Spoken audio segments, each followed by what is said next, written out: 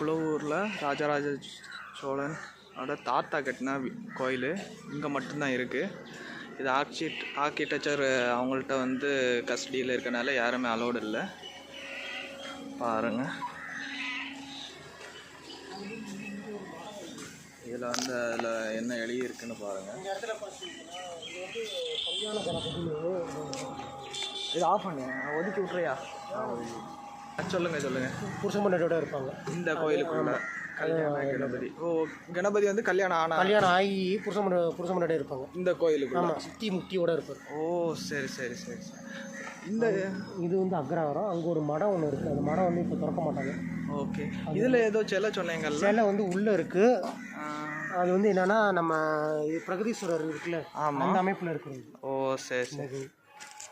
இந்த முன்னாடி இருக்கிறது ஆஹா, ஆவுடையும் அதே மாதிரி தான் உள்ளார. ஓகே.